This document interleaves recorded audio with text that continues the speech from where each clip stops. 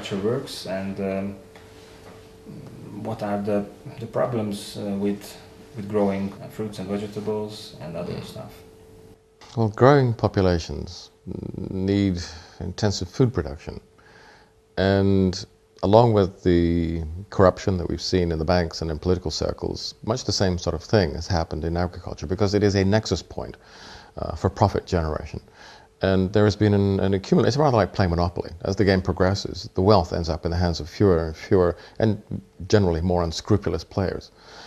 You have, in terms of food production now, behind a very small number of multinational food producers, which is only just in double figures, behind that you've got a smaller number of really key agricultural players who, between them, there's a handful of 5 or 6 who dominate the Western agricultural food production. And they're making so much money that they can buy as many politicians, as many congressmen, senators as they need, and certainly as many regulators as they need.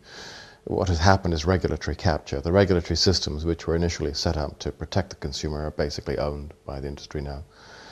And it's difficult to see how we can get out of this without some sort of political, economic and social revolution. You have a food chain that is, from the beginning to end, it is focused on cheap calories. And that is at the expense of many of the micro and phytonutrients that we desperately need to stay healthy. The interesting thing is that many of the higher-ups in these big food multinationals, and certainly in the agri companies, I've met a few of them over the years, and they enjoy good food. And they don't eat the produce that they're happy to sell into the masses. They wouldn't eat that themselves or give it to their children, but they're happy to sell it to us. And they're not really concerned about the suffering that they cause. People talk about the dangers of the narco-dollar, and they say that that leaves a trail of death and destruction. Well, it does. But the narco-dollar is responsible for about 2–2.5% of global economic production. Interestingly, the pharma dollar is about the same. The pharma dollar kills many more people than the narco-dollar does.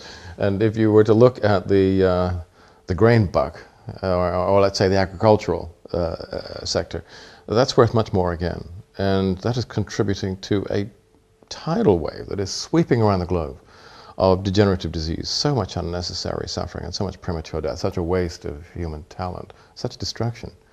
It's a problem that has become so universal that it is almost invisible. And of course many of the politicians who are our lords and masters are either too stupid to see what's going on, or some of them who do understand it are more than happy to take the money under the table. The healthcare system is not really there to produce health. Government is not really there to look after you and me. They're there to look after themselves and to serve the interests of their financial masters, largely, as far as I can see.